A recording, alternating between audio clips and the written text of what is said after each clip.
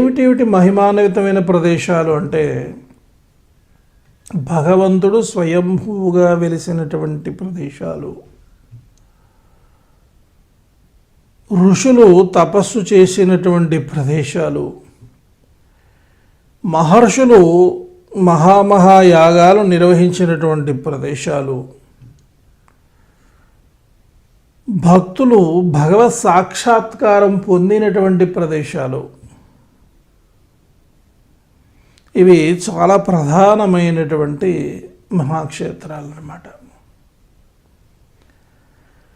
అటువంటి మహాక్షేత్రాలను మనం పదే సందర్శిస్తూ ఉండాలి. అప్పుడే మనం ఘన విజయాలను సాధించగలుగుతాం. మనం ఎన్నో దేవాలయాలను సందర్శిస్తూ ఉంటాం కాదు, మహాక్షేత్రాలను సందర్శిస్తూ ఉండాలి. అఖండ భారతావనిలో స్వయంభూ మహాక్షేత్రాలు ఎన్నో ఉన్నాయి. ఆ మహాక్షేత్రాలను పదే మనం సందర్శిస్తూ ఉన్నట్లయితే ఇహంలో సుఖాన్ని, పరంలో మోక్షాన్ని కూడా మనం సాధించగలుగుతాం. అంచేత మహిమాన్వితమైన మహాక్షేత్రాలను సందర్శించాలి అని చెప్పేసి మన పెద్దవాళ్ళు మనకి సూచిస్తూ ఉంటారు. మరి పూర్వకాలం అంతా కూడా మరి విద్యాభ్యాసం ముగించుకున్న తర్వాత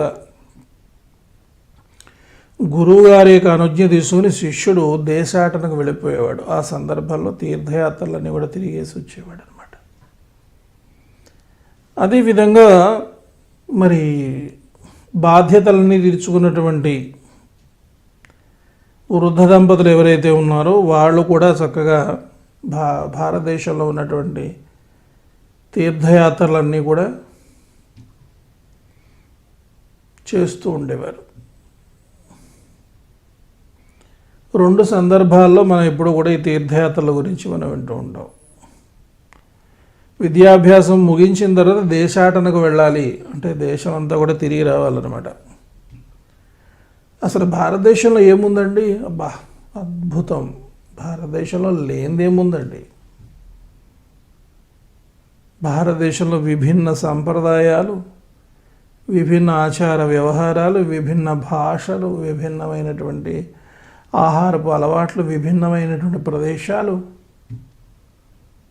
108 నదులు, మహాపర్వతాలు,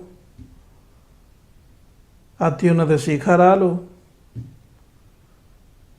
ఎన్నో అరణ్యాలు, ఎన్నో ఋష్యాశ్రమాలు, మహాశక్తిపీఠాలు, మహాక్షేత్రాలు, పుణ్యతీర్థాలు, ఇవన్నీ కూడా భారతదేశం అంతా నిండిపోయి ఉన్నాయి.